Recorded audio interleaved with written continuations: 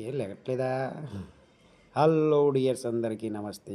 నేను మీ డిఎస్ పెట్టి ఈరోజు బేసిక్ వర్కౌట్లో మనం బ్యాక్ అండ్ బైసెప్ చేసుకున్నాం.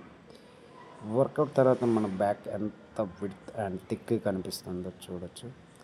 ఇలా రావడానికి మనం ఏం వర్కౌట్ చేసామో, మీరు ఏం వర్కౌట్ చేయాలనేది ఈ వీడియోలో చెప్పడానికి ముందుగా పులప్స్తో స్టార్ట్ చేసాం. మీరు పుషప్స్ అండ్ పులప్స్ చేయండి.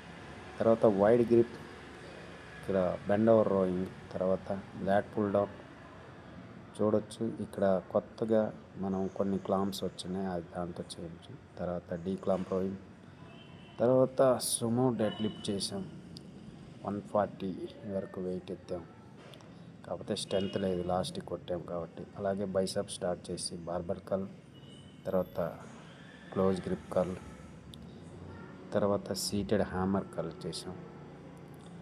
45 డిగ్రీ కానీ 30 డిగ్రీలో కానీ పెట్టి చేయండి. అలాగే సింగిల్ ఆర్మ్ కర్ల్, ఇది 2 ఆప్షన్స్ ఇచ్చాను, రెండింట్లో ఏది వీలైతే అది చేయండి. తర్వాత ఫైనల్గా 4 ఆర్మ్స్కి ఒక చేసి 2 రోజుల తర్వాత మళ్ళీ యాప్స్కి ఈవినింగ్ చేసుకున్నాం.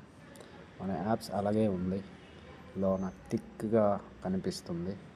ఫ్యాట్ పర్సెంట్ పెరిగే కొద్దీ కొంచెం థిక్నెస్ ఎక్కువ కనిపిస్తుంది.